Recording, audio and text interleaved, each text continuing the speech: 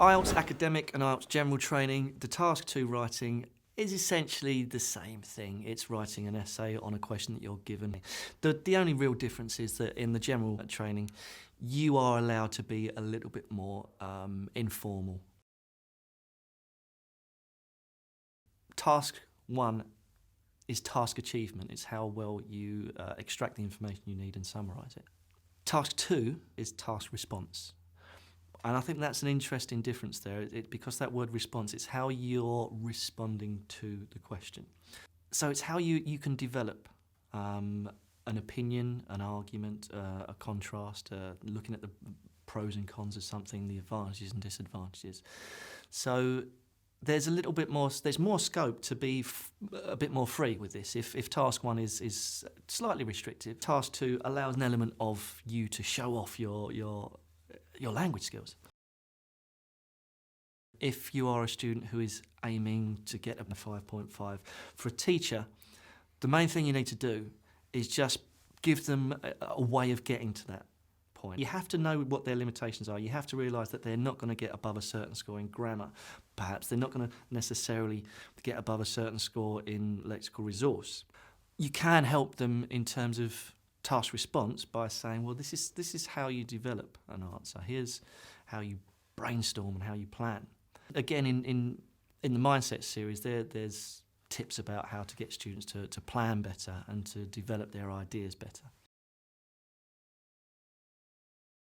This is often quite a difficult one for students to grasp, because there's a set way of developing an essay. There's a prescribed approach to paragraphing that you have in the UK and the US. It's not necessarily the approach to writing that someone from East Asia or from the Middle East would take. There are very different ideas of how to organise your writing that don't necessarily include even the idea of a paragraph. So it's important to get the student to realise what that approach is as well. This is how it's done in particular parts of the world. That's not necessarily a language issue. That's it's a sort of a cultural issue. It's about the rhetoric and the organisation of particular styles of writing and types of writing in different parts of the world. So a student who's coming from another, from East Asia or from Middle East, will sometimes struggle to understand what is going on with that paragraph organisation. So if you want to get the student to a band 5, 5.5, I'd advise teachers to focus a lot on that. Focus on how you put a paragraph together from, on a very simple level, from topic sentence down to connecting paragraphs and making sure that within the paragraph, the sentences kind of flow. And that's one of the big things. So if you're aiming for something higher, if you are aiming, I don't know, for a band 6.5 to 7, then really your students should be able to understand that aspect of paragraphing. But you can also encourage them to get a higher score in task response by really studying what the question is asking. There are lots of different question types that you can get for a task 2 essay. The Mindset series covers all of them. I mean, you've got the problem and solution, you've got the advantages, disadvantages, a discursive essay, to what extent do you agree? And there are different approaches to each one. So a student who's aiming at a higher level will have to adapt their writing to this. You can't simply just go out and say, right, I'm going to write introduction, body paragraph, conclusion in the same way for each one. One of the really good things about the Mindset series is that it shows the approach to each question. And for higher level students, if they are looking at the idea of how do I get from, I don't know, a 6.5 to a 7 or even higher, there is guidance there for those students as well. It's not just a cover-all, here's the structure of each one. And a student at that level really needs to know how to read the question and interpret the question. And that's often the case of they pick up on adjectives or adverbs from the question. So, you know, it might say a statement, and do you agree or disagree with this? So, for example, people think that change in their life is always a good thing. To get a good score on task response, at a higher level, you pick up on the word always, because you're not just debating whether it's a good thing or a bad thing. And you have to contextualise that and say, well, maybe it's not always a good thing, maybe it's not always a bad thing. And that's the thing that high-level students need to be able to do to get that good task response score. If you're at a high level of language, then you should try and play around with your ability to use the language that you've got. You get credit in the exam if you try and push yourself. If you try and, maybe you don't know a collocation exactly correct, or a phrase isn't 100% right, but try it anyway. And that's what a teacher should encourage the students to do. Don't just sit there and think, I'm going to stick with what basic I know and then just make sure I don't make any mistakes. Because it might be a mistake, but it might also be that the examiner thinks, well done for trying, and that's a good attempt at language that means that you're almost there. So it is, for a teacher, it's about realising who that student is in your classroom. What are they aiming for? Some students will think that they're aiming for higher they can get. Some students will underestimate what they're actually capable of.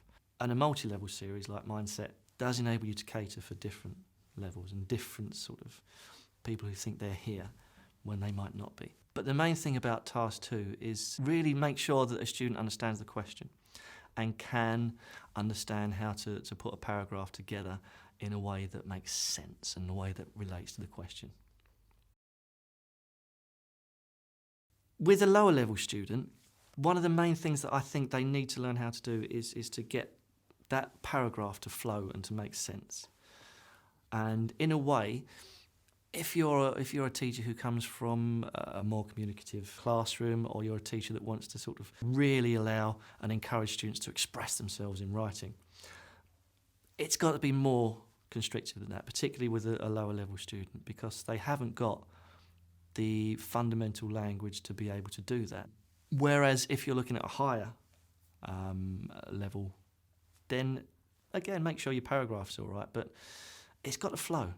This is the thing that disrupts a piece of writing. It needs to flow, so you're teaching them how to link ideas together. Within a high-level student's paragraph, you get different sentence lengths. You'll get variation in sentence lengths. You might get something that's quite long and complex, but then quite short after that. At a lower level, depends how low you actually the student is you're actually teaching, but the first thing that you want to do is get them to a point where they can produce a paragraph that does flow, that does make sense. This is precisely why Mindset can help so much, because each level, it's challenging for the students, but it's not pushing them to do something they're not ready for at any one point. So a student who might be at the level 1 is getting that fundamental teaching, is getting that fundamental awareness of what they need to do. But at the other end, as you go higher, level 2 and level 3, then that's when the real, the more challenging stuff is available, and that's when the students can be learning to aim towards a sort of a 6.5, 7, 7.5, because they've got the fundamental stuff in the bank. And it's like everything, unless that basis is there, you've got nothing to build on. Teaching grammar is something that should come naturally to any English language teacher, because it's often where they start from. Grammar is one of those things that if you can spend a whole lesson teaching a particular sort of grammar. And in an IELTS class, that's not necessarily the best approach. What is really nice about the Mindset series is that the grammar is built in to the development of the skills and the knowledge of how the exam works. And it's up to the teacher then to take what's given, and they can explore it more in class if you want. But it's not something that's absolutely hammered home. And I think that's a really, really good thing, because, okay, you get a score for grammar in the arts exam, but it isn't the be-all and end-all. It's only 25%. And the way that the books and the way that the courses are set up, it does provide that, but it doesn't overdo it.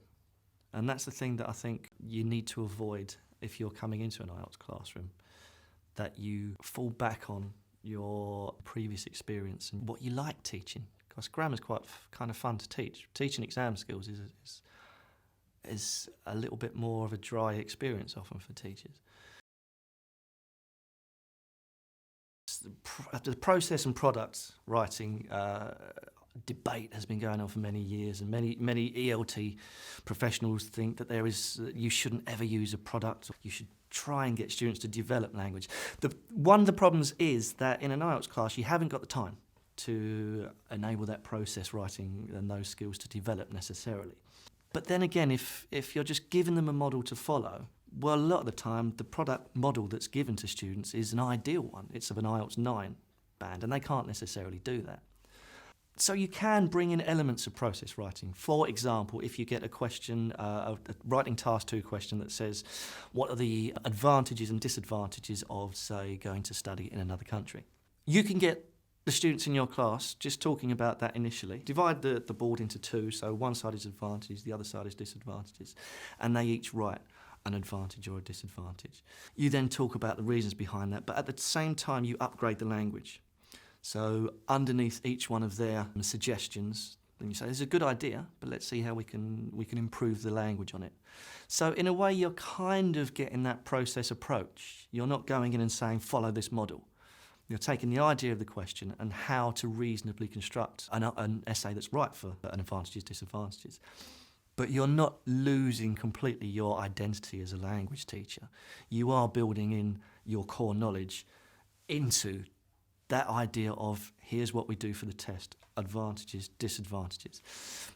But you don't necessarily need to go straight in and say, this is your model. There can be some thought process behind it.